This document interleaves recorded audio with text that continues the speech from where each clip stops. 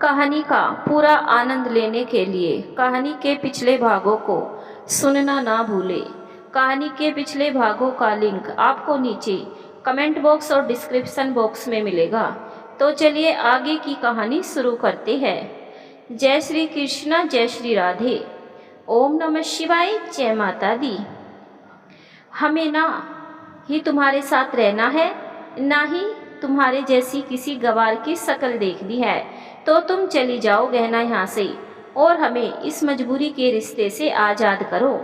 सभी की बातों को सुनकर गहना खुद को संभाल नहीं पाती है और रोने लगती है और रोते हुए ही ऊपर अपने कमरे की तरफ भाग जाती है, जिसके पीछे ही बिंदिया भी जाने लगती है।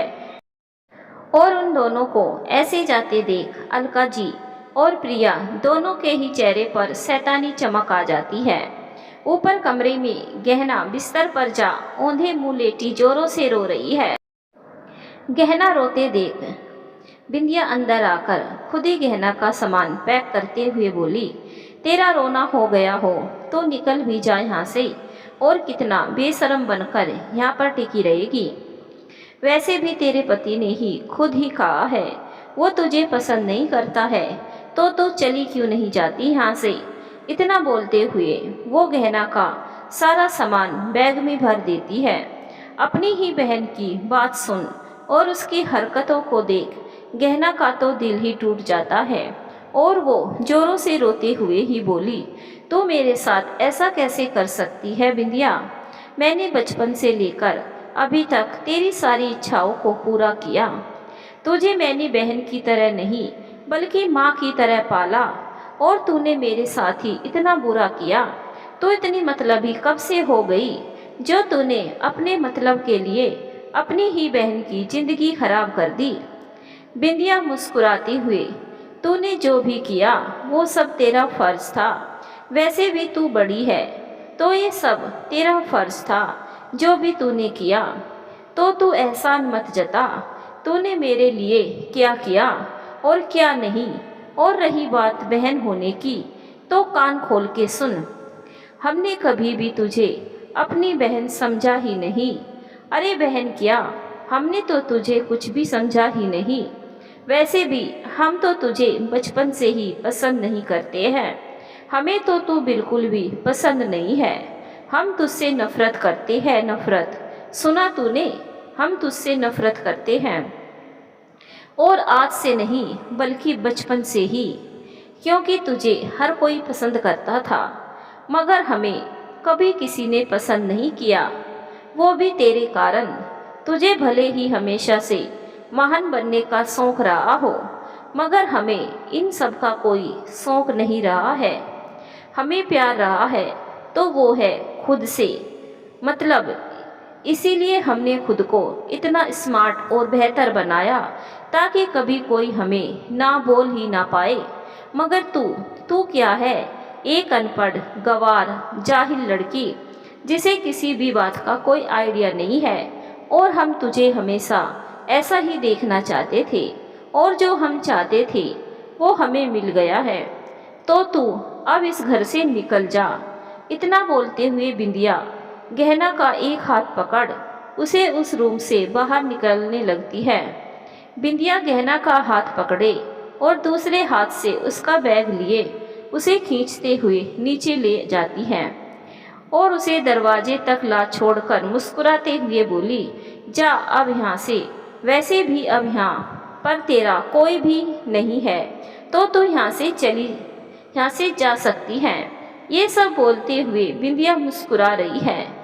बिंदिया की बात सुन गहना अपनी आंसुओं से भरी आंखों के साथ एक नज़र मधुर को देखती है, जिसकी आंखों में कोई भी पछतावा नहीं था, ना ही किसी और की आंखों में कोई पछतावा था।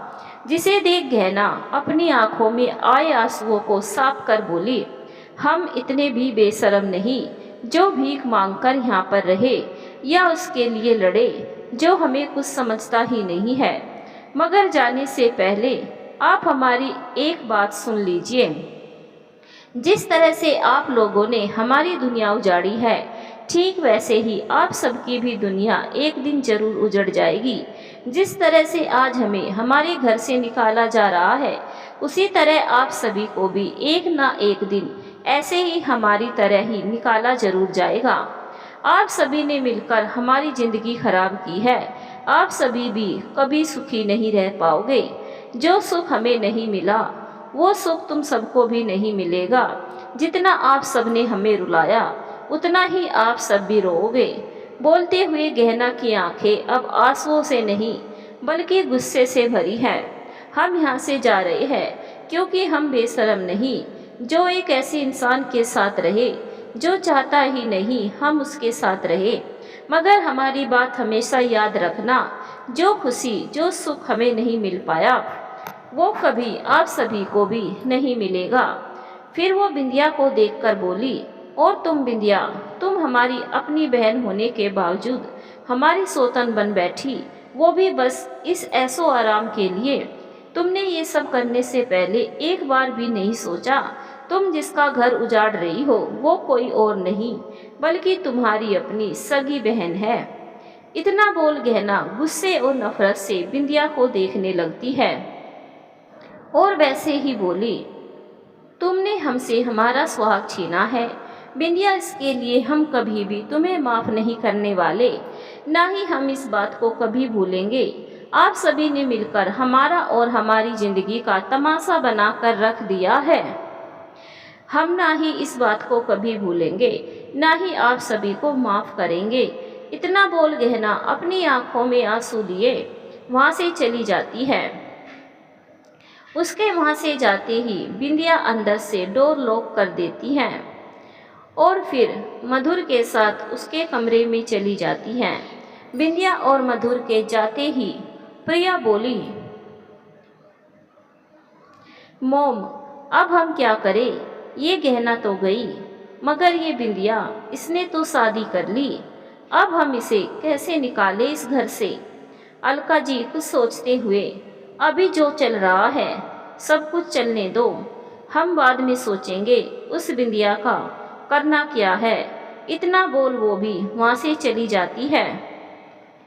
इधर गहना एकदम बेसुध सी सड़क पर चले जा रही है, साथ ही उसकी आंखें आंसुओं से भरी हुई है।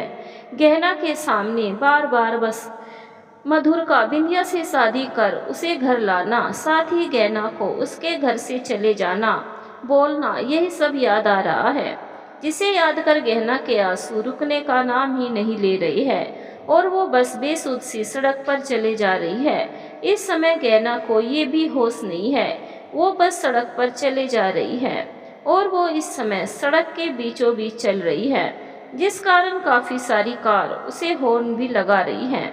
मगर गहना के कानों में तो जैसे कोई आवाज़ ही नहीं जा रही है और वो बस अपने आसपास मौजूद किसी भी इंसान को देखे बिना ही जा रही है।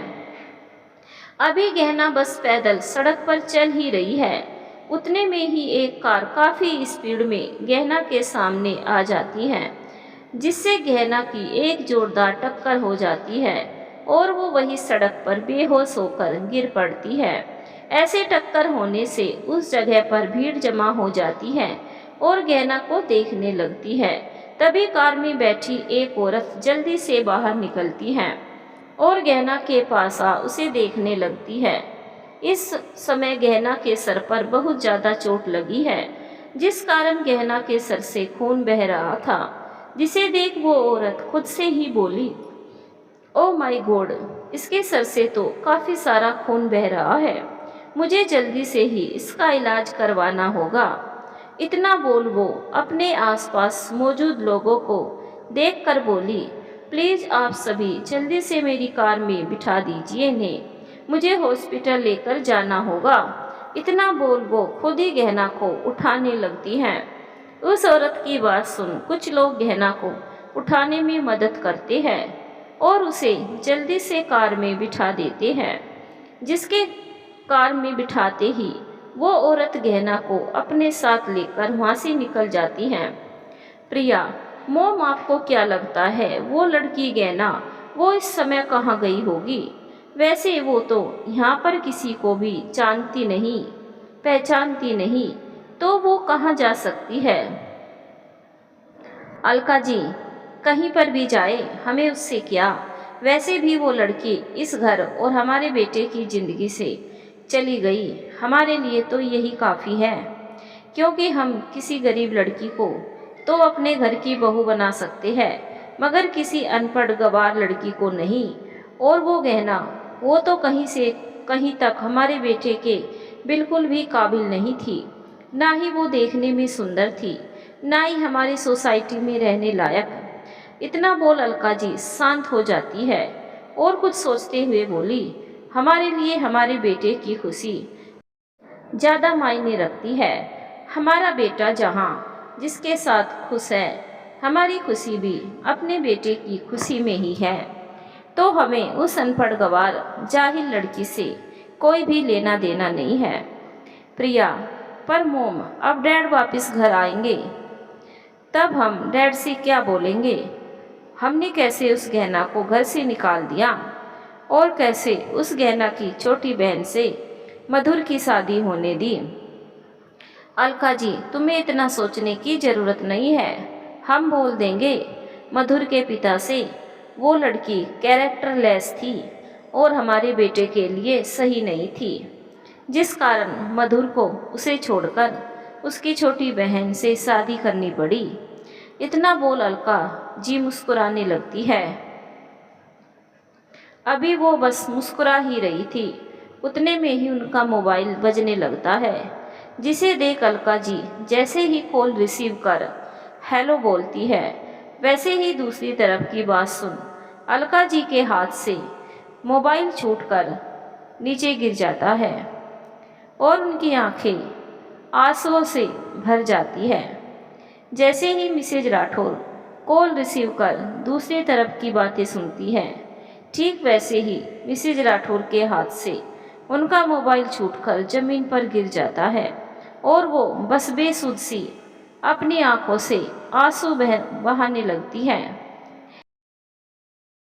जब प्रिया अलका जी को ऐसे देखती है तो वो परेशान सी हो जाती है और जमीन में पड़ा मोबाइल उठाकर जैसे ही अपने कान में लगाकर हेलो बोलती है, ठीक वैसे ही दूसरी तरफ से आवाज़ आती है, हेलो, मैं इंस्पेक्टर बोल रहा हूँ। मिस्टर नीरज सिंघानिया जी की फ़्लाइट क्रैश में मौत हो गई है, आप यहाँ आकर उनकी बॉडी ले जाए। जैसे ही प्रिया इस बात को सुनती है, वैसे ही उसके हाथ से भी मोबाइल छूटकर नीचे गिर जाता है और उसकी आंखें भी आंसुओं से भर जाती हैं और वो रोते हुए बोली, ये क्या हो गया है? ऐसा नहीं हो सकता, डैड की फ़्लाइट कैसे क्रैश हो सकती है? तो मधुर और बिंदिया दोनों ही आराम से एक दूसरे को अपनी बाहों में लिए बैठे हुए थे। बिंदिया खुश होते हुए, कितना अच्छा हुआ ना मधुर, वो अनपढ़ गवार गहना हमारी ज़िंदगी से बाहर चली गई, वरना पता नहीं हमें कितना और उसे झेलना पड़ता और वो यहाँ से जाती भी या नहीं, हमें तो कुछ पता ही नहीं था।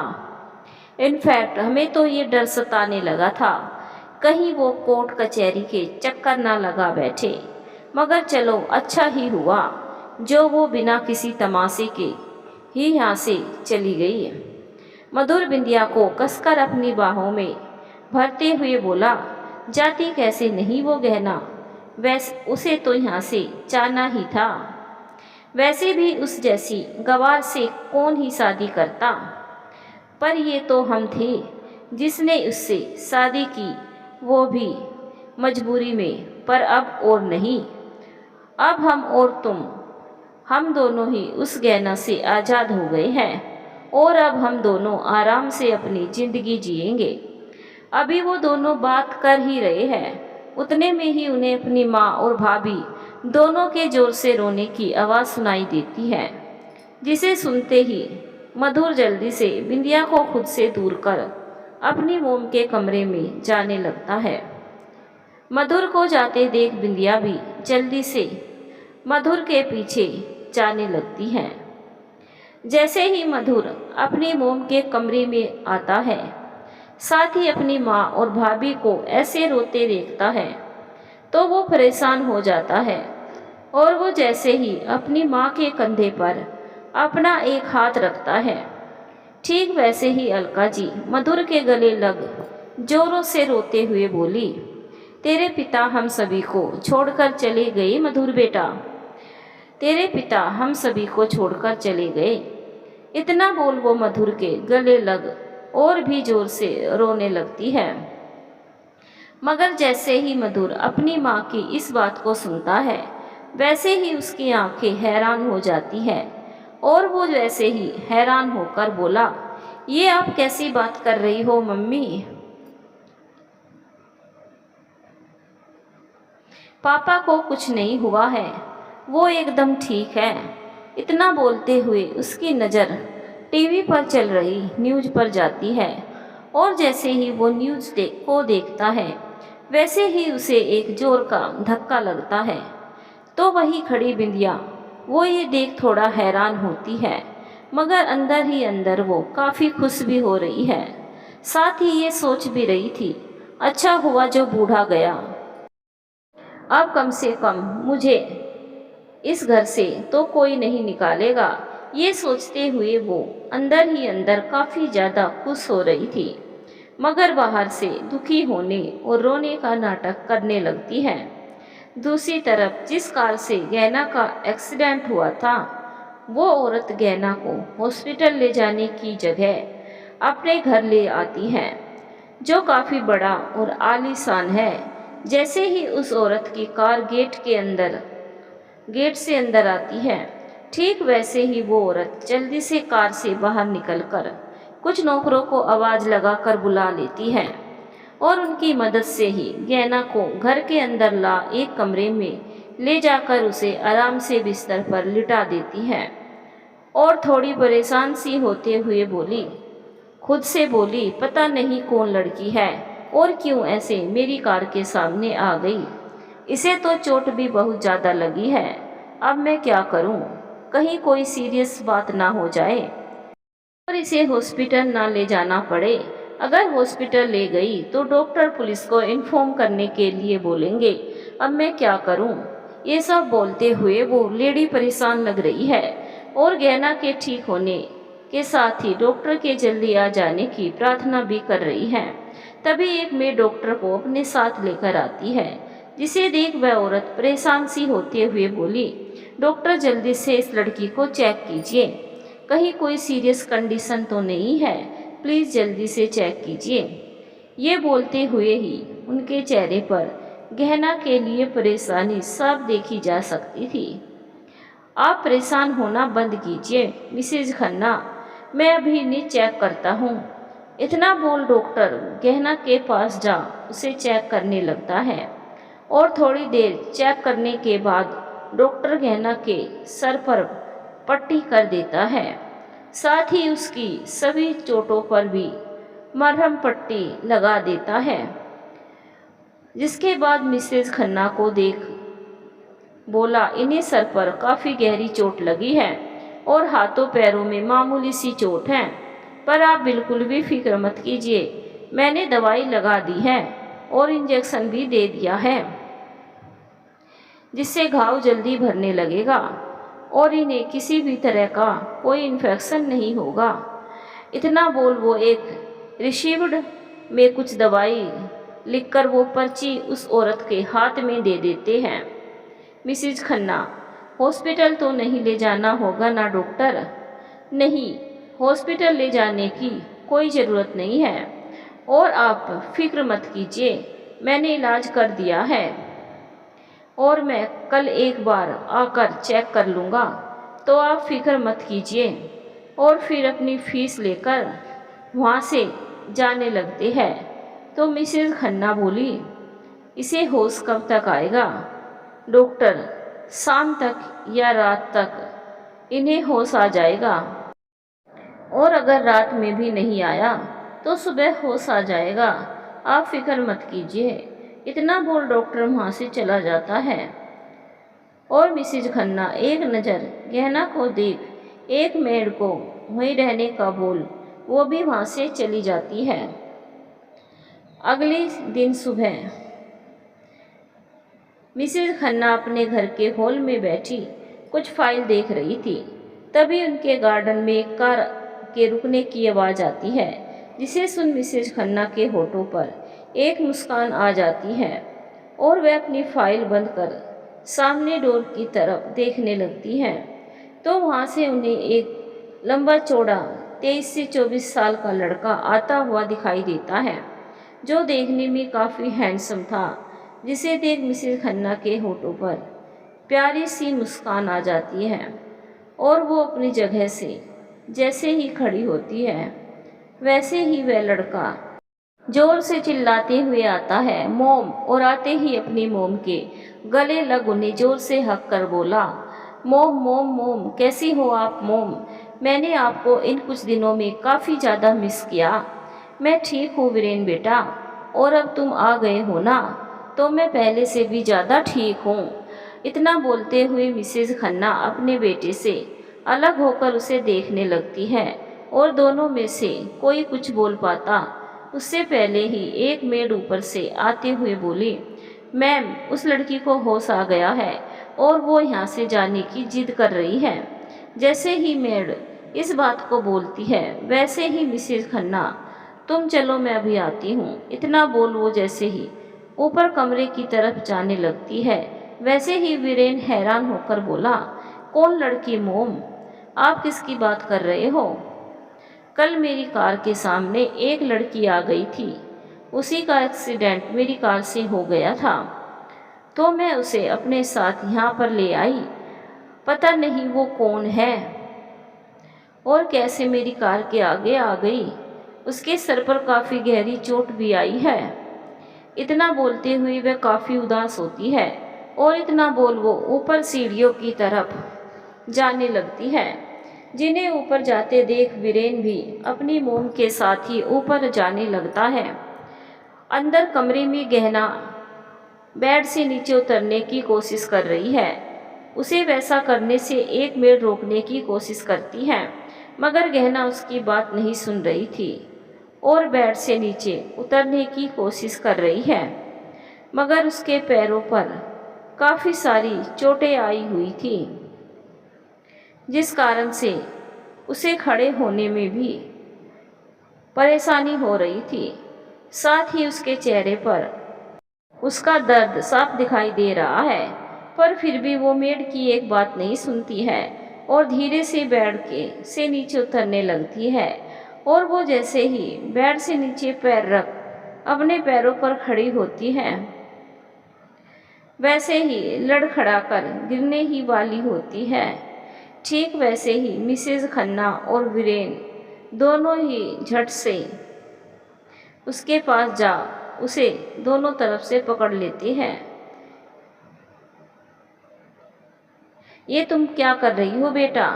अभी तुम्हें काफ़ी ज़्यादा चोटें आई हुई है, इस समय तुम्हें आराम की ज़रूरत है, तुम यहाँ से जाना चाहती हो? बोलते हुए मिसेज खन्ना गहना को वापस से बेड पर बिठा देती हैं, जिनके ऐसा करने पर गहना उन्हें हैरान नज़रों से देखने लगती है।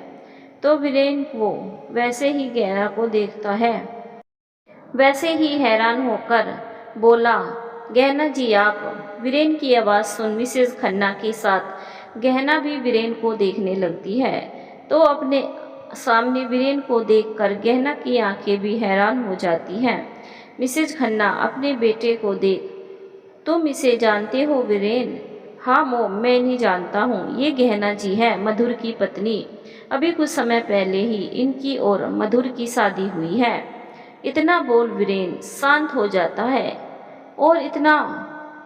और अपना मोबाइल निकाल गहना को देख बोला, मैं अभी मधुर को कॉल कर यहाँ पर बुला लेता हूँ, वो बेवजह ही तुम्हारे लिए परेशान होता होगा। बोलते हुए ही वो जैसे ही नंबर डायल करने वाला है, ठीक वैसे ही गहना की आंखों से आंसू बहने लगते हैं और वो जोर से रोने लगती है, जिसे ऐसे रोते देख मिसेज खन्ना और वीरेन दोनों ही हैरान और परेशान हो जाते हैं। वीरेन परेशान होते हुए, क्या हुआ गहना जी, आप ऐसे क्यों रो रही है? सब ठीक तो है ना? क्या हुआ बेटा? क्या तुम्हें दर्द हो रहा है? अगर ऐसा है तो मैं अभी डॉक्टर को बुला लेती हूँ। पर ऐसे तुम रोना बंद करो। तुम्हें ऐसे रोते देख हमें बिल्कुल भी अच्छा नहीं लग रहा है। वीरेन गहना के पास जा उसे शांत करवाने की कोशिश करते हुए बोला। क्या हुआ गहना जी? सब ठीक तो है ना? सब कुछ कुछ ठीक नहीं है। कुछ भी ठीक नहीं है। मधुर जी ने हमें छोड़ दिया है क्योंकि हम अनपढ़ गंवार लड़की है और उन्हें हमारे जैसी गांव की लड़की नहीं चाहिए, बल्कि उन्हें शहर में पढ़ी लिखी लड़की चाहिए। ये सब बोलते हुए गहना रोते हुए इन्हें सारी बातों को बता भी देती है। जब वीरेन और उसकी मोम दोनों ही गहना की बातों को सुनते हैं तो उन दोनों को ही गहना के लिए बुरा लगता है। वीरेन गुस्से में, वो ऐसा कैसे कर सकता है? मुझे तो अभी भी विश्वास नहीं हो रहा है मधुर आपके साथ ऐसा कुछ भी कर सकता है। ये सब बोलते हुए वीरेन को मधुर के ऊपर गुस्सा आ रहा है और गहना की ऐसी हालत देखकर उसे अपने अंदर काफ़ी तेज दर्द भी हो रहा है, क्योंकि जब पहली बार वीरेन ने गहना को गांव के खेत में देखा था तभी से वो गहना को पसंद करने लगा था। मगर मधुर के कारण वो कभी भी अपने दिल की बात गहना से बोलने की कोशिश नहीं किया।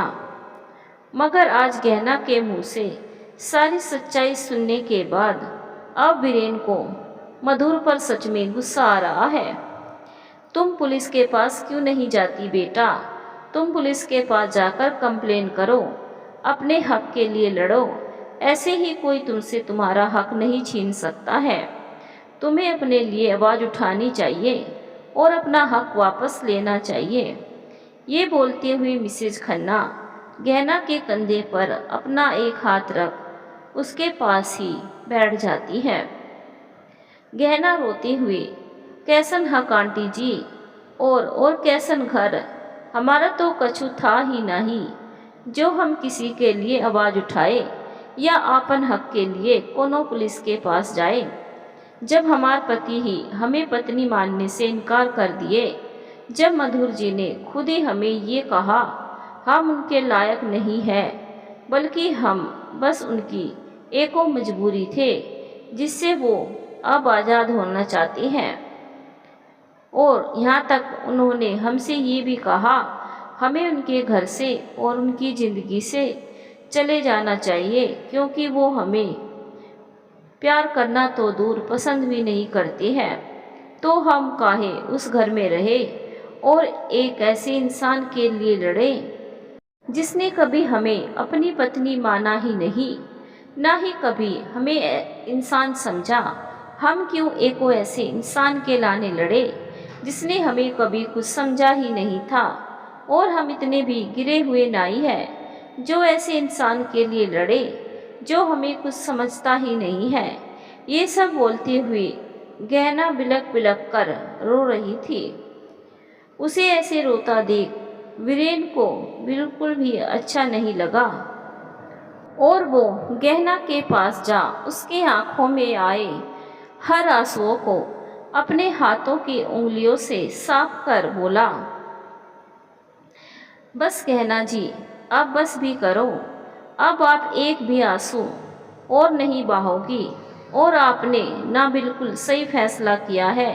आपको एक ऐसे इंसान के लिए किसी से लड़ने की या उससे अपना हक लेने की बिल्कुल भी कोशिश नहीं करनी चाहिए, जो आपसे प्यार ही नहीं करता है और जिसे आपकी बिल्कुल भी फिक्र नहीं है।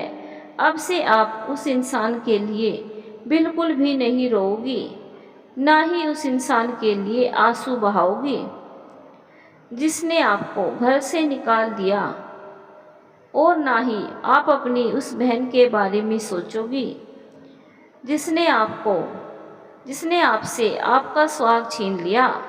बल्कि अब से और आज से ही आप अपने खुद के लिए जिएगी और अपनी एक अलग पहचान बनाएगी, एक ऐसी पहचान जिससे आपकी सारी दुनिया दीवानी हो जाए। और जिस इंसान ने आपको एक अनपढ़ गवार लड़की समझकर छोड़ दिया, वही इंसान एक दिन आपके कदमों में गिरकर अपने किए की माफ़ी मांगेगा, बल्कि वो अपनी गलती पर सारी जिंदगी पछताएगा। ये सब बोलते हुए वीरेन गहना का चेहरा अपने दोनों हाथों में भर लेता है और उसकी आंखों में देखते हुए बोला। अपने बेटे की बात सुन मिसेज खन्ना उसे ही ध्यान से देखने लगती है। यहाँ तक वो अपने बेटे की आंखों में गहना के लिए कुछ अलग भी देख सकती है, जिसे देख वह खुद को रोक नहीं पाती और पूछ ही बैठती है, Yuvraj, is this the same girl whom you met some time ago and fell in love at first sight? युवराज, क्या ये वही लड़की है जिससे तुम कुछ समय पहले मिले थे और वही पहली नज़र में ही प्यार कर बैठे थे? Yuvraj, yes mom, this is the same girl whom I love, lost my heart is first sight, but I took my own medicine thinking that this is my friend's future wife, but after whatever he did I cannot remain calm like this anymore. I cannot look at my first love like this.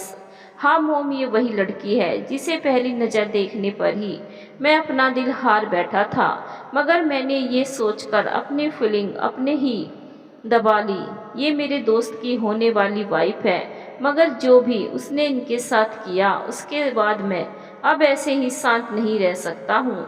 मोम, मैं अपने पहले प्यार को ऐसे नहीं देख सकता हूँ। इतना बोल वीरेन वापस से गहना को देखने लगता है, जिसे उन दोनों माँ बेटे की बात कुछ भी समझ नहीं आती है, जिस कारण वो बस अपनी नज़रें झुकाकर बस आंसू बहा रही थी।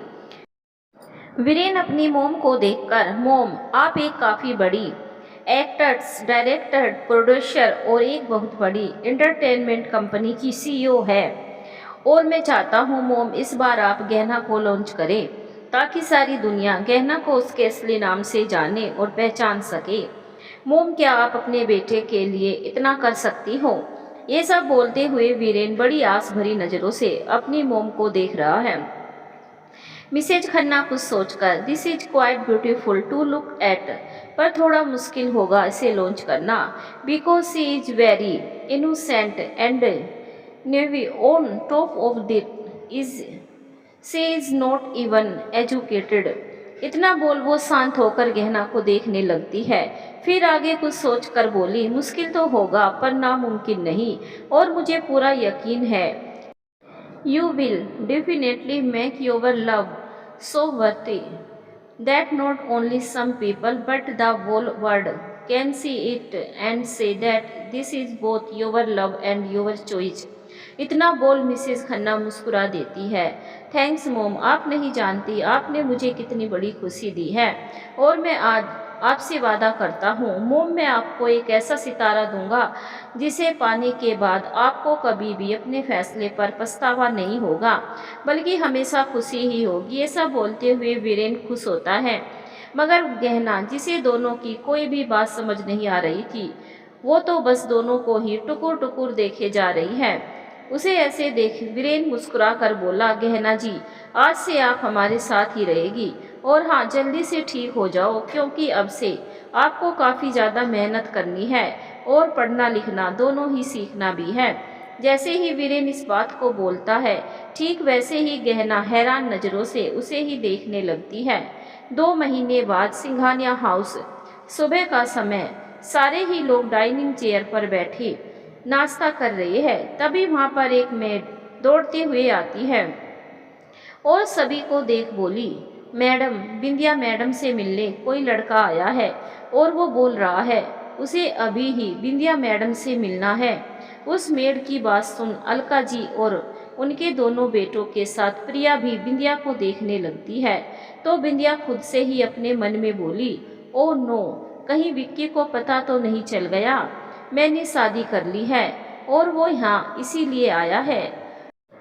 अगर उसने यहाँ आकर मधुर या किसी और के सामने कुछ भी बोला तो मैं तो बर्बाद ही हो जाऊंगी।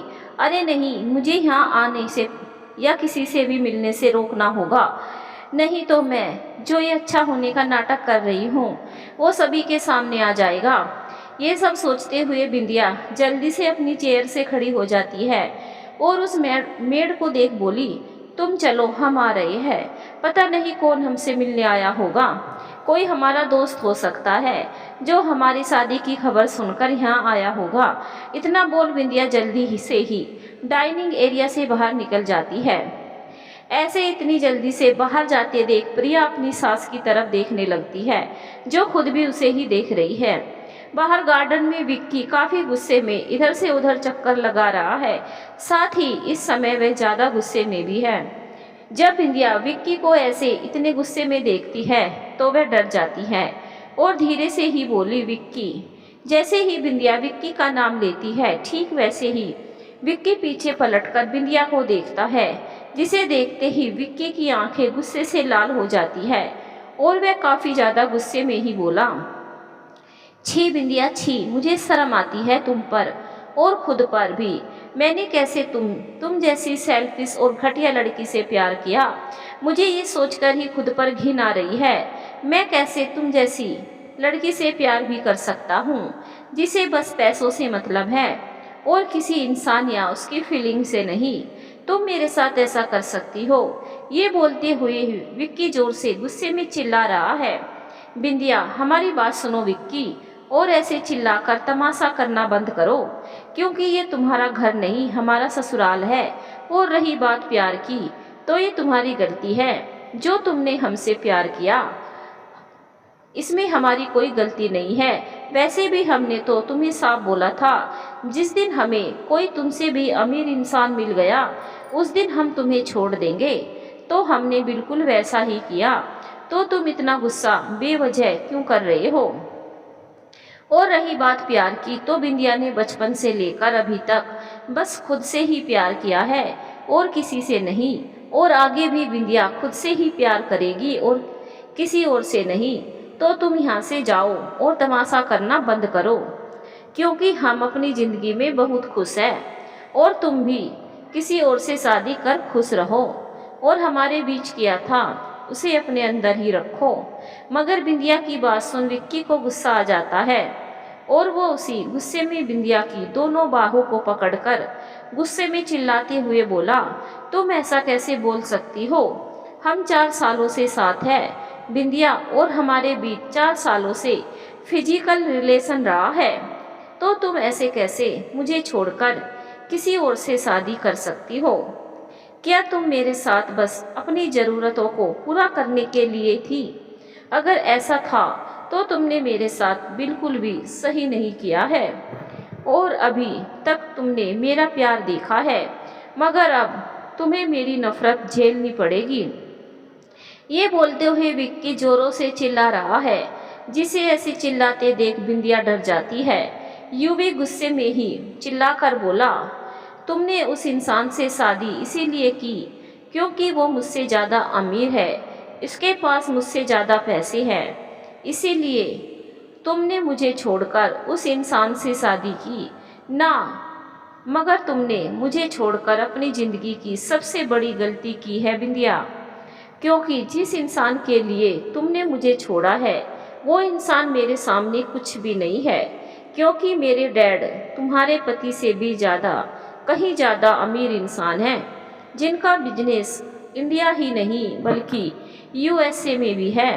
मगर जो हुआ अच्छा ही हुआ, क्योंकि तुम्हारे प्यार की जो पट्टी मैंने अपनी आंखों पे बांध रखी थी वो अब खुल गई है। इतना बोल विक्की शांत हो जाता है, मगर उसकी बात सुन बिंदिया उसे हैरान नज़रों से देखने लगती है। उसे ऐसे हैरान देख विक्की हंसते हुए बोला, बहुत जल्दी ही मैं तुमसे तुम्हारा सब कुछ छीन लूँगा। जिस पैसों के लिए तुमने मुझे छोड़ा है वही पैसे मैं तुम्हारे पति से छीन लूँगा। मैं तुम लोगों की हालत ऐसी कर दूँगा, तुम सभी खाने के लिए तरस जाओगे। 15 दिनों में ही तुम लोगों ने गहना जी को यहाँ से बाहर निकाल फेंका ना। अब इन 15 दिनों में विक्की उर्फ विराट राठौर तुम लोगों से तुम सभी का सब कुछ छीन लेगा। ये घर, सारा बिजनेस, सब कुछ। ये सब बोलते हुए विक्की गुस्से में ही वहाँ से चला जाता है। मगर विक्की की बात सुनकर तो बिंदिया अपनी जगह पर ही जम सी जाती है और हैरानी से बस उस तरफ देख रही है जहाँ से अभी विक्की गया था। मगर बिंदिया विक्की की सारी बातों को गुस्सा समझ उसे इग्नोर कर जैसे ही पीछे पलटती है, वैसे ही उसकी आंखें हैरानी से फैल जाती है, क्योंकि उसके सामने कोई और नहीं बल्कि प्रिया होती है, जो उसे गुस्से और नफरत के साथ ही घिन भरी नज़रों से देख रही है, जिसे ऐसे देख बिंदिया डर जाती है। 15 दिन बाद एक स्टाइलिश गहना का मेकओवर कर रही थी और वहीं पर एक सोफे पर वीरेन बैठा बस गहना को ही प्यार से देख रहा था।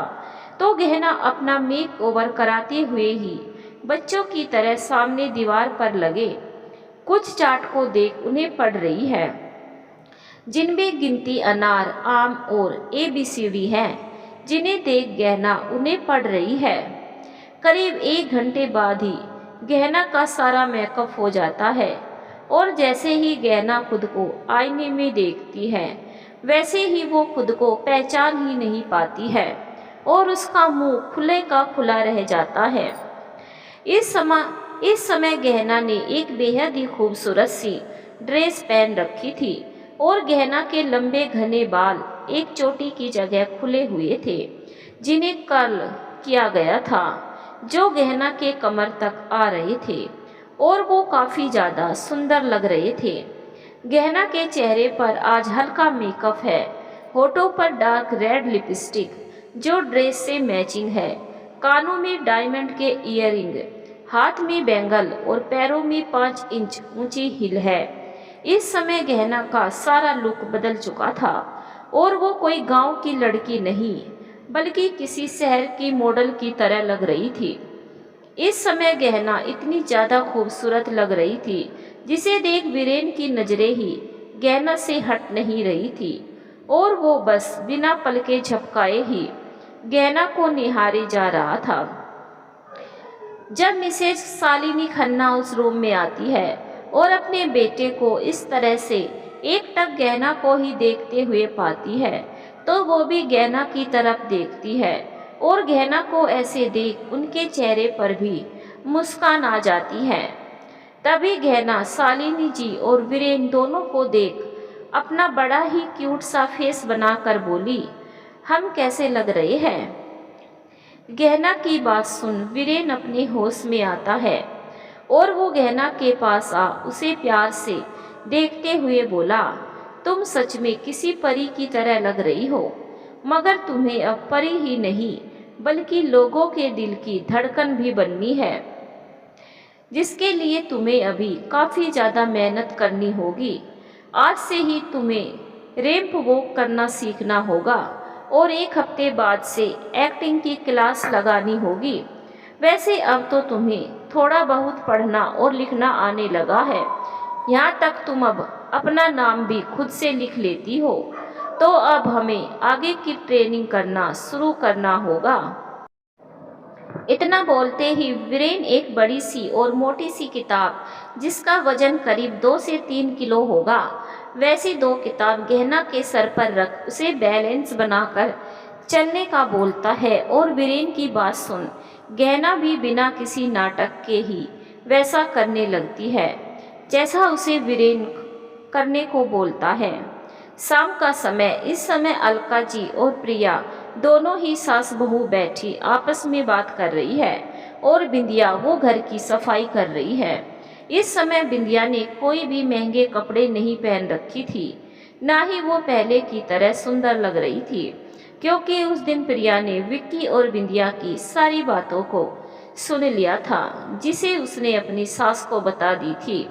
जिसके बाद अलका जी ने बिंदिया की सारी असलियत मधुर के सामने लाने की धमकी दी थी, जिस कारण बिंदिया ने काफ़ी मुश्किल से अलका जी को वैसा ना करने के लिए मनाई थी, मगर उसके बदले उन्होंने बिंदिया को अपने घर की नौकरानी बनाकर रखी थी और पिछले 2 हफ्तों से बिंदिया इस घर की मेड बनकर सारे कामों को कर रही थी।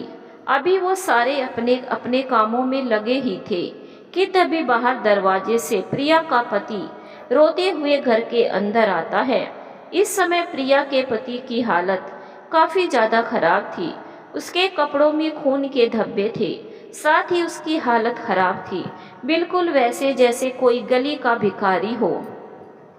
जैसे ही सास बहू की नज़र सामने से आ रहे मिलन पर पड़ती है, वैसे ही वो दोनों हैरान और परेशान हो जाती हैं। प्रिया परेशान होते हुए, क्या हुआ मिलन, आपकी हालत ऐसी कैसे हो गई और आप ऐसे रो क्यों रहे हो? कुछ बताओ, क्या हुआ? आप ऐसे रो क्यों रहे हो? कुछ तो बोलो। बोलते हुए प्रिया परेशान सी हो जाती है। क्या हुआ बेटा, कुछ बोलो। जब तक तुम कुछ बताओगे नहीं तब तक हमें कुछ भी पता नहीं चलेगा। ये बोलते हुए वह परेशान सी हो जाती है। मिलन रोते हुए, सब कुछ खत्म हो गया मोम, सब कुछ बर्बाद हो गया। हमारी मिल में आग लग गई, सारी मिल जल गई। अब हम कहीं के नहीं रहे मोम, अब हम बर्बाद हो गए। ये बोलते हुए मिलन रोने लगता है। मगर उसकी इस बात को सुनते ही प्रिया और अलका जी के साथ ही बिंदिया भी एकदम शॉक हो जाती है और उन्हें समझ ही नहीं आता है ये सब कैसे हो गया और क्या हो गया, और कोई कुछ भी न बोल पाता। उससे पहले ही मिलन रोते हुए वापस से बोला, मोम मधुर, मोम मधुर। बोलते हुए मिलन रोने लगता है। मगर मधुर का नाम सुनते ही अलका जी का दिल बेचैन होने लगता है और उन्हें एक डर सताने लगता है और वो डरते हुए बोली, मधुर, क्या मिलन, वो तो ठीक तो है ना, उसे कुछ हुआ तो नहीं ना? बोलो, तुम ऐसे शांत क्यों हो? ये बोलते हुए वो मिलन को उसके कंधे से पकड़कर जोर से हिलाने लगती है।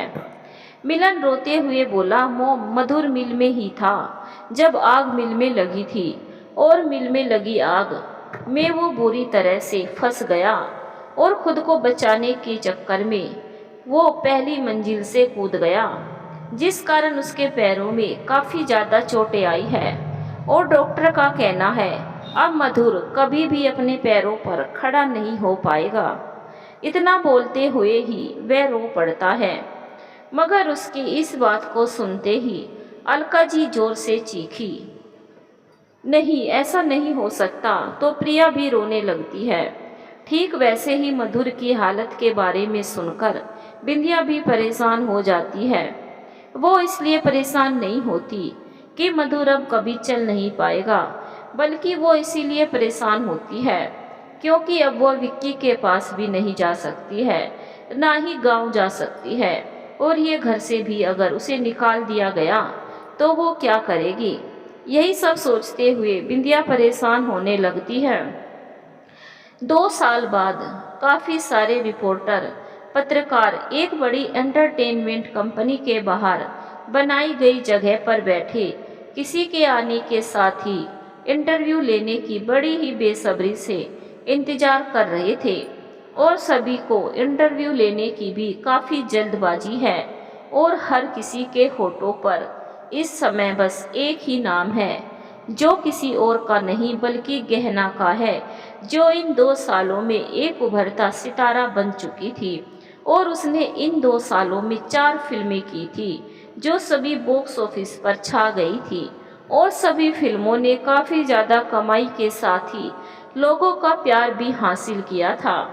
और 2 दिन बाद गहना की एक और नई मूवी रिलीज होने वाली थी जिसका टाइटल उलझन सौतन की था, जिसमें गहना ने एक गांव की भोली भाली लड़की का रोल प्ले किया था, जिसके प्रमोशन वीडियो देखकर ही लोग गहना के इस रोल को काफ़ी ज़्यादा पसंद कर रहे थे। और अभी ये मूवी रिलीज भी नहीं हुई थी और रिलीज होने से पहले ही इसने काफ़ी ज़्यादा कमाई कर ली थी और इस मूवी के लिए ही सारे हॉल पहले से ही फुल हो चुके थे और सारे रिपोर्टर इस मूवी के इंटरव्यू के लिए कंपनी के बाहर बैठे गहना के आने का इंतजार कर रहे हैं और इस समय उस मूवी के बाकी साइड कलाकार भी मौजूद थे, जो सभी इंटरव्यू लेने के लिए पूरी तरह से तैयार थे। इस समय वहाँ मूवी की सारी कास्ट मौजूद थी, जो भी उस मूवी का हिस्सा थी। बस सभी को मूवी के मेन कलाकार का इंतजार था और उनका इंतजार जैसे खत्म हुआ, तभी एक कार कंपनी के गेट से अंदर आती है और रुक जाती है, जिसे देख सारे रिपोर्टर की नज़र कार पर ही टिक जाती है। तभी कार का डोर खुलता है और उसके अंदर से वीरेन बाहर निकलता है, जो इस समय काफ़ी ज़्यादा हैंडसम लग रहा था। उसे वैसे देख लेडी रिपोर्टर बस अपनी पलकें झपकाए बिना ही उसे देखने लगती है। तभी वीरेन कार के दूसरे साइड जाकर डोर खोल देता है, जिसके डोर खोलते ही एक खूबसूरत सा हाथ बाहर आता है, जो वीरेन के एक हाथ पर अपना एक हाथ रख बाहर निकलता है। जैसे ही उस सुंदर से हाथ की मालकिन गहना बाहर निकलती है, वैसे ही सभी की नज़र वीरेन और गहना पर ही जम जाती है। इस समय गहना ने एक पिंक कलर की गाउन पहन रखी थी, जिसमें वो काफ़ी ज़्यादा सुंदर और प्यारी लग रही थी, जिसे देख सभी की नज़र उन दोनों पर ही जम जाती है। तभी कुछ गार्ड वहाँ पर आ जाते हैं और उन दोनों को चारों तरफ से घेर लेते हैं, ताकि कोई भी रिपोर्टर उनके पास ना आ सके, जिससे गहना और वीरेन को किसी भी तरह की कोई परेशानी ना हो पाए। गहना और वीरेन दोनों ही एक दूसरे का हाथ थामे उस जगह पर आ जाती हैं, जिसे खास उनके लिए ही बैठने को बनाई गई थी। जैसे ही गहना और वीरेन अपनी जगह पर आकर बैठते हैं, वैसे ही बाकी की सभी कास्ट भी अपनी अपनी चेयर पर बैठ जाते हैं और रिपोर्टर सभी की तस्वीरों को अपने कैमरे में कैद करने लगते हैं। साथ ही सभी से सवाल भी करने लगते हैं, जिनके सवालों को सुन फिल्म का डायरेक्टर सारे रिपोर्टर को देख बोला, प्लीज़ आप सब शांति बनाए रखें। आप सभी को आपके सभी सवालों का जवाब दिया जाएगा, तो आप सभी एक एक कर अपने सवालों को पूछिए। बोलते हुए ही वह सभी रिपोर्टर को एक प्यारी सी मुस्कान दे देते हैं। जिनकी बात सुन एक लेडी रिपोर्टर बोली, गहना मैम, क्या आप हमें बताना चाहेगी आपका वीरेन सर के साथ काम करने का कैसा एक्सपीरियंस रहा? दूसरा रिपोर्टर, मैम, आपकी वीरेन सर के साथ ये लगातार तीसरी फिल्म है, जिसके प्रमोशन वीडियो ने ही बॉक्स ऑफिस पर धमाल मचा दिया है, तो आप इस बारे में क्या कहना चाहेगी? तीसरा रिपोर्टर, मैम, आप अपनी पर्सनल लाइफ हमारे साथ शेयर करना चाहेगी? आपकी असल जिंदगी कैसी है? मूवी में तो आपने एक गांव की भोली भाली मासूम सी लड़की का रोल निभाया है, जिसकी बहन ही उससे उसका स्वाग छीन लेती है। क्या ये सब असल में भी होता है? आपका इस बारे में क्या कहना है? क्या आप बताना चाहोगे? कोई और बोला, वीरेन सर, आपकी लगातार मिस गहना के साथ ये तीसरी फिल्म है, जिसमें आप दोनों की जोड़ी को काफ़ी ज़्यादा पसंद किया जा रहा है। इस बारे में आपका क्या कहना है? क्या आप दोनों बस रियल लाइफ में ही कपल हो, या रियल लाइफ में भी आप दोनों कपल बनना चाहोगे? ऐसे ही सभी रिपोर्टर एक एक कर अपने सवालों को पूछने लगते हैं, जिनके सभी सवालों को सुनकर गहना अपने चेहरे पर एक बड़ी सी मुस्कान लिए सभी को देख बोली, गहना, वीरेन सर के बारे में हम क्या ही बोले। वीरेन सर एक अच्छे एक्टर होने के साथ ही एक अच्छे इंसान और सच्चे दोस्त भी हैं, जो एक बार किसी से दोस्ती कर ले उसे पूरी ईमानदारी के साथ निभाते हैं। और रही बात फिल्म की, तो वीरेन सर और हमारी ये साथ में तीसरी फिल्म है, जिसे करने के बाद मैं खुद को काफ़ी खुश नसीब समझती हूँ, जो मुझे सर जैसे इतने बड़े कलाकार के साथ काम करने का मौका मिला। ये बोलते हुए गहना के चेहरे पर प्यारी सी मुस्कान होती है। मैडम, फिल्म के बारे में आपका क्या कहना है? एक रिपोर्टर बोला, जैसे कि आप सभी जानते ही हो, मेरी ये फिल्म उलझन सौतन की, जिसका प्रमोशन वीडियो आप सभी ने देखा है। ये मूवी एक ऐसी लड़की की कहानी है जिसने अपने पिता की मौत के बाद से ही काफ़ी कम उम्र में अपनी माँ और छोटी बहन की सारी जिम्मेदारी उठा ली और उन दोनों को कभी किसी भी चीज़ की कमी ना हो, इसलिए अपनी पढ़ाई लिखाई सब छोड़कर उसने अपने खेतों में काम किया ताकि अपनी छोटी बहन को एक बेहतर जिंदगी दे सके। मगर उसकी छोटी बहन ही अपनी बड़ी बहन के स्वाद पर अपनी नज़र डाल उसे अपनी ही बहन से छीन लेती है, बस इसीलिए क्योंकि वो लड़का अमीर होता है जिससे बड़ी बहन की शादी होती है। इतना बोल गहना शांत हो जाती है और सभी को देख बोली, इसके आगे की कहानी तो आप सभी को फिल्म देखने पर ही पता चलेगी। वैसे भी फिल्मों की कहानी असल ज़िंदगी से ही ली जाती है, ठीक वैसे ही हमारी ये फिल्म भी असल ज़िंदगी में हुई किसी घटना पर आधारित है, जो आपको फिल्म देखने पर पता चल ही जाएगा। इतना बोल गहना शांत हो जाती है। वीरेंद्र सर, वैसे आपको क्या लगता है, रियल लाइफ की तरह ही आप दोनों रियल लाइफ में भी एक अच्छे कपल बन सकते हैं या नहीं? वैसे भी आप दोनों को आपके सभी फैंस साथ में देखना चाहते हैं, तो आप इस बारे में हमारी जनता से क्या बोलना चाहोगे? वीरेन गहना की तरफ देख, सच बोलूँ तो मुझे रियल लाइफ में मिस गहना का पति बनकर जितनी खुशी नहीं हुई, उससे कहीं ज़्यादा खुशी रियल लाइफ में इनका पति बनकर होगी। और सच कहूँ तो सच में मैं मिस गहना से प्यार करता हूँ और मिस गहना चाहे तो हम दोनों बहुत जल्दी ही शादी कर हमेशा के लिए एक हो सकते हैं, क्योंकि मुझे पता है मिस गहना जिस भी इंसान से शादी करेगी वो इस दुनिया का सबसे खुशनसीब इंसान होगा। जैसे ही वीरेन इस बात को बोलता है, वैसे ही गहना बस वीरेन की आंखों में ही देखने लगती है और सोचने लगती है, क्या वीरेन सच में ये चाहता है या बस ऐसे ही बोल रहा है।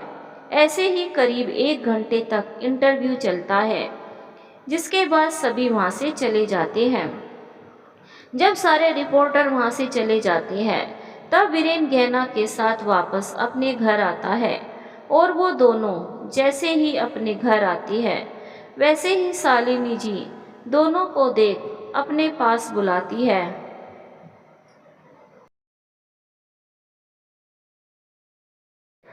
शालिनी जी की बात सुन जैसे ही गहना और वीरेन दोनों ही उनके पास जाते हैं, वैसे ही शालिनी जी गहना का एक हाथ अपने दोनों हाथों में भरकर बड़े ही प्यार से बोली, गहना बेटा, तुम पिछले 2 सालों से इस घर में हमारे साथ रह रही हो वीरेन की दोस्त बनकर, पर अब मैं चाहती हूँ तुम हमेशा के लिए इस घर में रहो, वीरेन की दोस्त बनकर नहीं बल्कि मेरी बहू और वीरेन की पत्नी बनकर। जैसे ही शालिनी जी इस बात को बोलती है, वैसे ही गहना बड़ी ही हैरानी से शालिनी जी को देखने लगती है। तो शालिनी जी गहना को ऐसे हैरान देख बोली, इस तरह से हैरान होने की ज़रूरत नहीं है बेटा, वीरेन तुम्हें पसंद करता है और वो तुमसे शादी करना चाहता है, तुम्हें हमेशा के लिए अपना बनाना चाहता है और मैं अब अपने बेटे को और इंतज़ार करते हुए नहीं देखना चाहती हूँ, इसीलिए मैं अब जल्दी से जल्दी तुम दोनों की शादी करा देना चाहती हूँ। ये बोलते हुए वह प्यार से अपना एक हाथ गहना के सर पर रख देती है। गहना अपनी आंखों में हल्की नमी लिए हुए, आप तो हमारे बारे में सब जानती हो आंटी जी, फिर भी आप हम जैसी लड़की को अपनी बहू बनाना चाहती हो, ये जानते हुए भी हम आपके बेटे के बिल्कुल भी काबिल नहीं है। किसने कहा तुम्हें तुम मेरे बेटे के काबिल नहीं हो? कभी मेरी नज़रों से या वीरेन की नज़रों से खुद को देखा है? तुम कितनी ज़्यादा काबिल और प्यारी हो, और अगर तुम मेरे बेटे के काबिल नहीं तो दुनिया की कोई भी लड़की मेरे बेटे के काबिल नहीं। इसीलिए बोल रही हूँ, जल्दी से मेरे वीरेन से शादी कर लो और हमेशा के लिए मेरी बेटी बन जा, क्योंकि मैं तो तुझे अब कभी भी अपने इस घर से या अपने बेटे की ज़िंदगी से दूर जाने नहीं देने वाली हूँ, क्योंकि मैंने तो तुझे 2 साल पहले ही अपनी बहू मान लिया था और अब बनाना भी चाहती हूँ। शालिनी जी बड़े ही प्यार से बोली। शालिनी जी की बात सुन गहना की आंखें हल्की सी नम हो जाती है और वो वीरेन की तरफ देखती है, जो अपनी माँ की बातों से पूरी तरह सहमत था।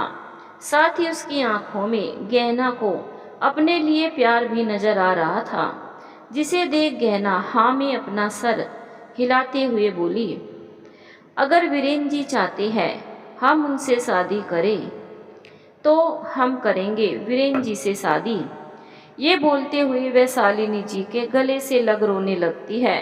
तो गहना की बात सुन वीरेन को खुशी होती है और उसकी आंखों में भी खुशी के आंसू आ जाते हैं। आज शालिनी जी के घर में काफ़ी ज़्यादा चहल पहल है, क्योंकि आज गहना और वीरेन दोनों की शादी जो थी, जब ये खबर मीडिया में जाती है तो ये बात जैसे जंगल में आग की तरह ही फैल जाती है और हर किसी को पता चल जाता है मिस गहना और वीरेन खन्ना दोनों की ही आज शादी है, जिसे सुन उन दोनों के ही फैंस काफ़ी ज़्यादा खुश थे, क्योंकि दोनों के ही फैंस वीरेन और गहना दोनों को ही साथ देखना चाहते थे, जिस कारण सभी दोनों के लिए खुश थे। सिंघानिया हाउस में मैं कुछ भी ठीक नहीं था।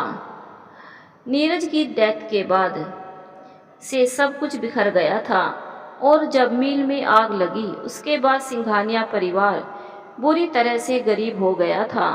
और इतना ही नहीं, मधुर उस हादसे में पहली मंजिल से गिरा था, जिस कारण उसके दोनों ही पैरों में पैरालाइज हो गया था और पैसे ना होने के कारण मधुर का ठीक से इलाज नहीं हो पाया, जिस कारण वो पिछले 2 सालों से व्हील चेयर पर ही था। तो दूसरा मिलन अपनी पत्नी प्रिया के साथ अपना घर छोड़ अलग रह रहा था और अपने ससुर से पैसे लेकर अपना नया बिजनेस शुरू किया था। यहाँ तक इन 2 सालों में एक बार भी उसने अपनी माँ या भाई की तरफ मुड़ के तक नहीं देखा था और वो अपनी ही दुनिया में मस्त हो गया था, जहाँ उसकी पत्नी प्रिया, बेटी और एक बेटा भी था। तो इधर सिंघानिया हाउस में अलका जी और मधुर ही रह गए थे और उनके साथ कोई था तो वो थी बिंदिया, जो मधुर के अपाहिज होते ही साथ ही गरीब बनने के तुरंत बाद ही मधुर को छोड़ विक्की के पास चली गई थी, मगर विक्की ने किसी और ही लड़की से शादी कर ली थी और उसने बिंदिया को अपने घर से धक्के मारकर बाहर फेंक दिया था। यहाँ तक जब बिंदिया अपने गांव अपनी माँ के पास गई तो उसकी माँ ने भी बिंदिया को अपने घर से बाहर निकाल दिया और गांव वालों ने गांव से बाहर निकाल दिया, जिस कारण रहने का कोई और ठिकाना ना होने के कारण बिंदिया को वापस सिंघानिया हाउस आना पड़ा। मगर जब वो वापस आई तब तक बिंदिया का असली चेहरा मधुर के सामने आ चुका था, जिस कारण उसने बिंदिया को अपनी पत्नी मानने से इनकार कर दिया था। साथ ही उसे अपने घर में भी आने से मना कर दिया था, मगर रहने का कोई ठिकाना ना होने के कारण बिंदिया जबरदस्ती ही उनके साथ रह रही थी।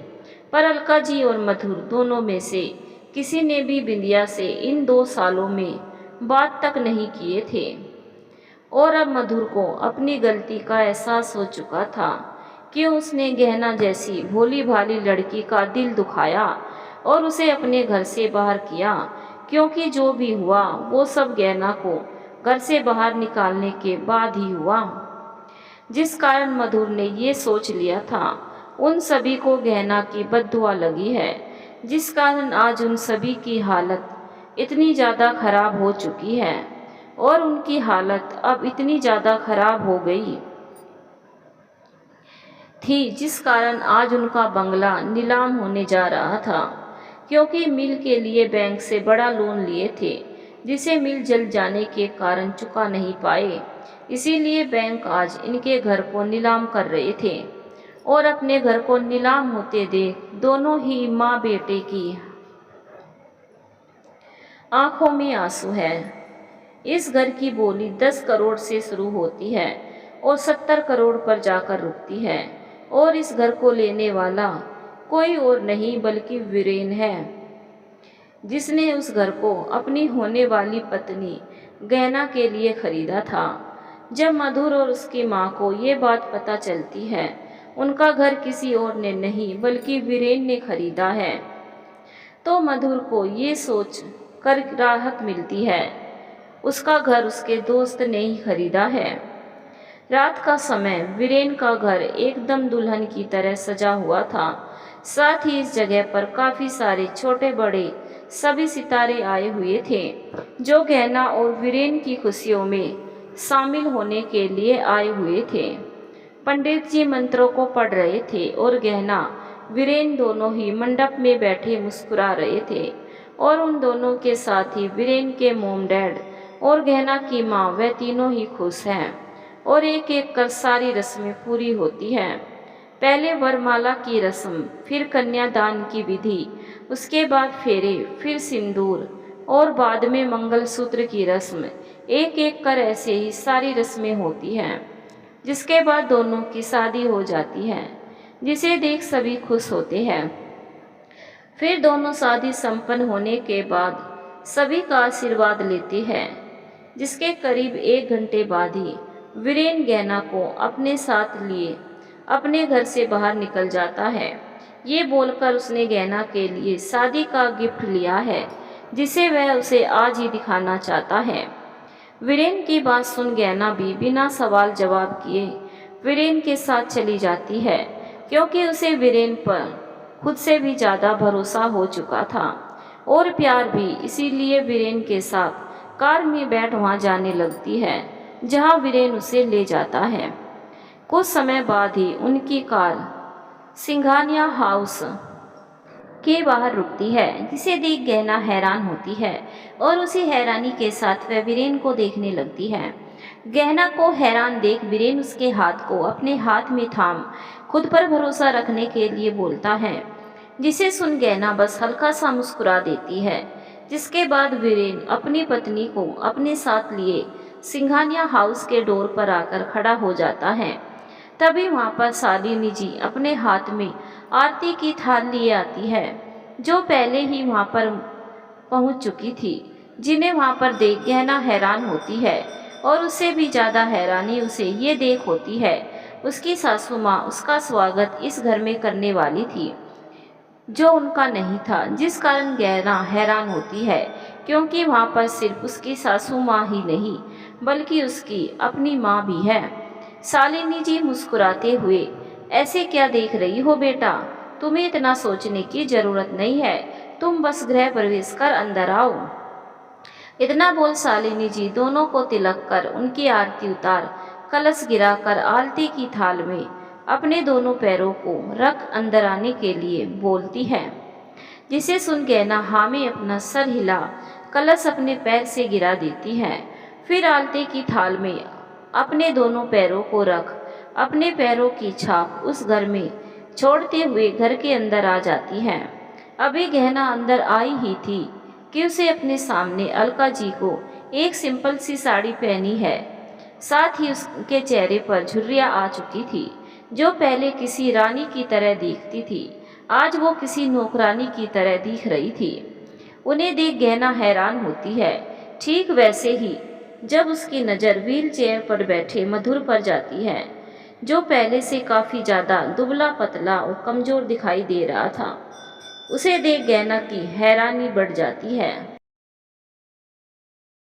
और उससे भी ज़्यादा हैरान तो गहना तब होती है जब वो अपने सामने बिंदिया को देखती है, जिसने एक नौकरों वाली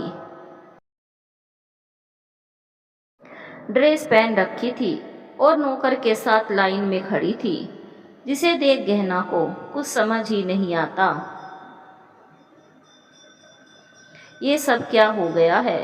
अभी तक अलका जी या मधुर बिंदिया तीनों में से कोई भी ये नहीं जान पाया था उनके सामने जो इतनी सुंदर लड़की खड़ी है वो गहना ही है। वही गहना जिसे उन लोगों ने घर से निकाल दिया था गवार समझकर। जब वीरेन अपनी पत्नी को ऐसे हैरान देखता है तब वह गहना के कंधे पर अपना एक हाथ रख मधुर को देख बोला, जो उसे ही देख मुस्कुरा रहा था।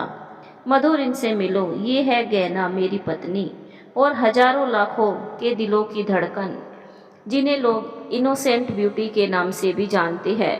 और सिर्फ इंडिया ही नहीं बल्कि विदेश में भी गहना के लाखों फैंस मौजूद हैं।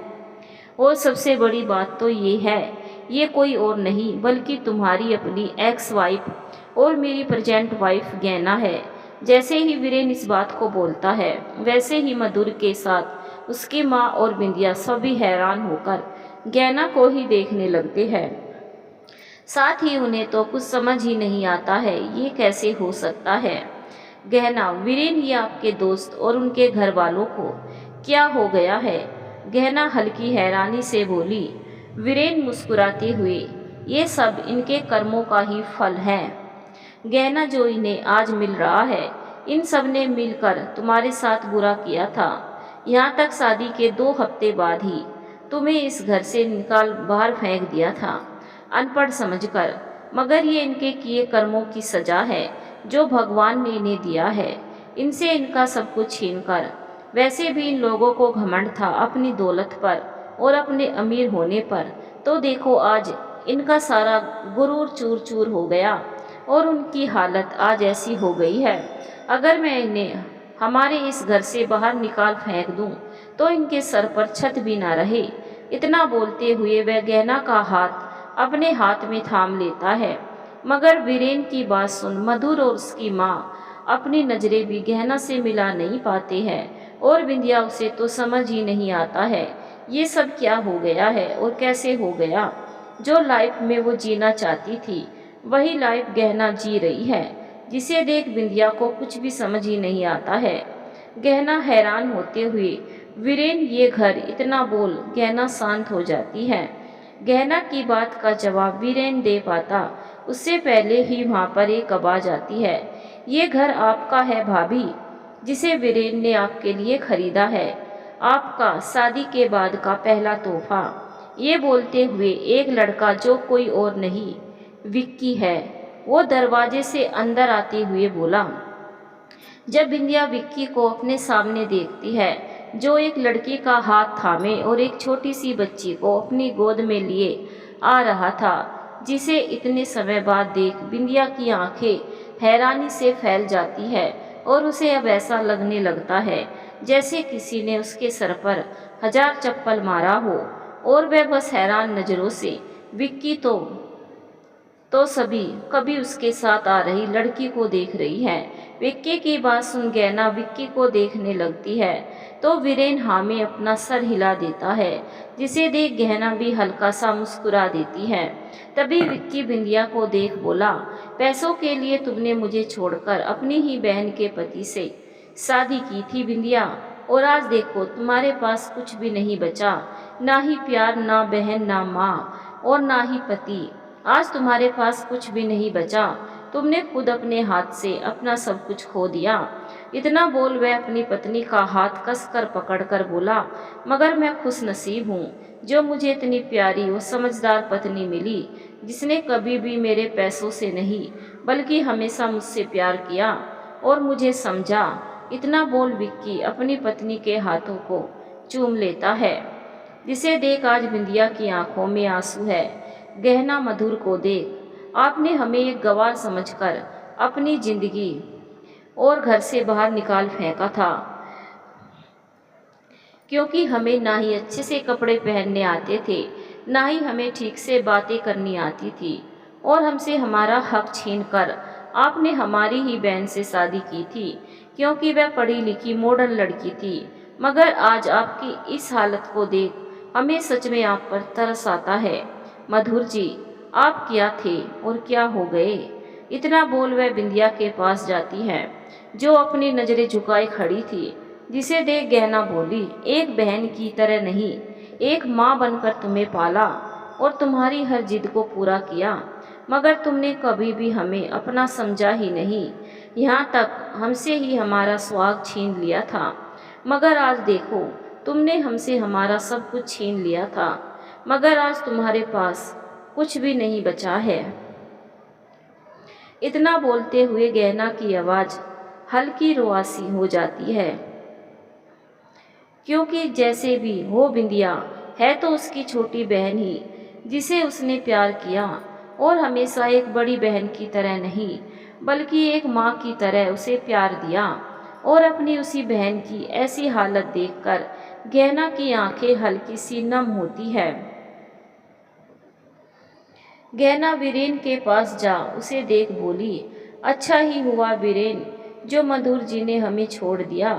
अगर वो हमें छोड़े नहीं होते तो आप हमें कभी मिलते ही नहीं।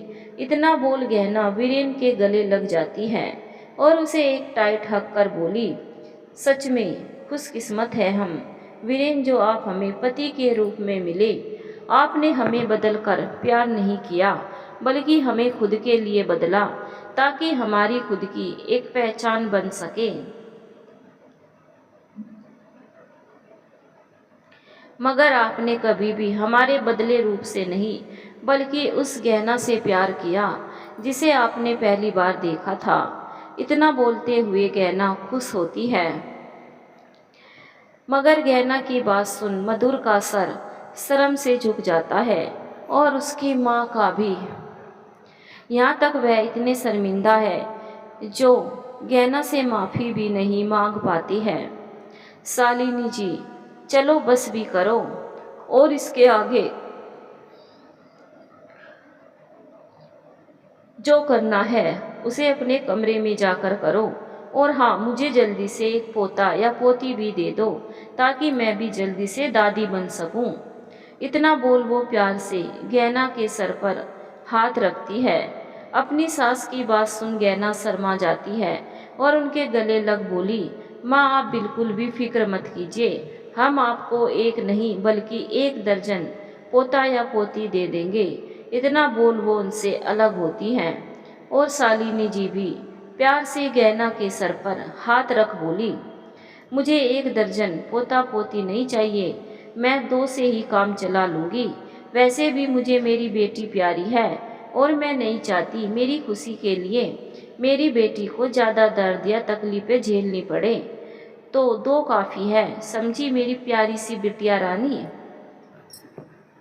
और उन दोनों की बात सुन वीरेन गहना को अपनी गोद में उठा ऊपर कमरे की तरफ लेकर बढ़ जाता है, जिसे देख गहना अपना चेहरा वीरेन के सीने में ही छुपा लेती है। विक्की हंसते हुए, चाची लगता है आपको जल्दी ही खुशखबरी सुनने को मिलने वाली है। ये बोलते हुए ही विक्की शालिनी जी को देख रहा है। हाँ, और तुम भी पिता के बाद चाचू बनने वाले हो। ये बोलते हुए वह मुस्कुराने लगती है। विक्की की वाइफ उन दोनों को देख बोली, विक्की मैं तुम्हें समझती हूँ और प्यार भी करती हूँ, मगर मैं इस घर में इस लड़की को बर्दाश्त नहीं कर सकती हूँ। ना ही गहना इन दोनों को देखना चाहती है, और वैसे भी ये घर गहना का हो चुका है और हम सभी यही रहने वाले हैं। तो मैं नहीं चाहती हमारी खुशियों के बीच कुछ ऐसे लोग शामिल हो जो हमें ये याद दिलाते रहे इनके साथ पहले रिश्ता क्या था। इसीलिए विक्की इन तीनों को यहाँ से बाहर निकाल दो। ये बोलते हुए विक्की की पत्नी की नज़र बिंदिया और मधुर दोनों को ही देख रही थी। ठीक है सपना, इतना बोल विक्की उन तीनों को देखने लगता है। मगर विक्की की बात सुन बिंदिया रोते हुए अपनी माँ के पास जा बोली, मम्मी हमें अपने साथ ले चलो। अगर हमें इस घर से निकाल दिया गया तो हम कहाँ रहेंगे। प्लीज़ मम्मी हमें ले चलो अपने साथ। ये बोलते हुए ही वह रोने लगती है, मगर उसकी माँ उसे खुद से दूर कर बोली, कौन माँ, किसकी माँ? तुमने खुद मुझे माँ मानने से इनकार किया था, आज मैं तुम्हें अपनी बेटी मानने से इनकार करती हूँ। तो दूर रहो मुझसे, मेरी बस एक ही बेटी है गहना, और कोई नहीं। अपनी माँ की बात सुन बिंदिया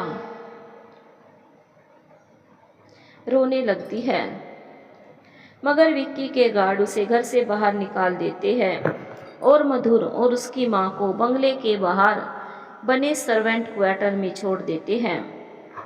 गहना और वीरेन दोनों एक दूसरे को अपनी बाहों में लिए बैठे हैं। दोनों ही एकदम खामोश थे। तभी उस खामोशी को तोड़ते हुए गहना बोली, वीरेन, अब से हम दुनिया की नहीं, बस आपके दिल की धड़कन बनना चाहते हैं। अब से हम लोगों की नज़रों में नहीं, बल्कि बस आपकी नज़रों में बसना चाहते हैं। हम चाहते हैं अब से हमारा करियर छोड़कर बस आपकी पत्नी बनकर और आपके बच्चों की माँ बनकर रहे। वैसे भी आप हमें एक सितारा बनाना चाहते थे, जो आपने कर दिखाया, पर अब से हम बस आपके बनकर रहना चाहते हैं। ये सब बोलते हुए वह प्यार से वीरेन को देख रही थी। वीरेन प्यार से गहना को देख बोला, वैसे मैं तुम्हें टॉप 1 की एक्ट्रेस बनाना चाहता था, पर जब मेरी पत्नी ही नहीं चाहती वो ये सब करे तो कोई बात नहीं। वैसे भी सारी दुनिया तुम्हें अब जान चुकी है, मेरे लिए यही काफ़ी है। और उससे भी बड़ी बात, तुम्हारी मर्जी मेरे लिए मायने रखती है, बाकी कुछ और नहीं। जिसे सुन गहना मुस्कुरा देती है। 2 साल बाद फिर से गहना और वीरेन के घर में खुशियां मनाई जा रही है। गहना ने 2 जुड़वा बच्चों को जन्म दिया है, एक बेटा और एक बेटी। दोनों ही बहुत प्यारे हैं। बच्चों की नानी और दादी दोनों बच्चों को गोद में लिए बैठी है। खन्ना फैमिली में आज जश्न का माहौल है। आज गहना की उलझन भी सुलझ गई है। वह भी अपनी नई जिंदगी में खुश है। इसीलिए कहते हैं ना, जैसा करोगे वैसा पाओगे। धन्यवाद दोस्तों।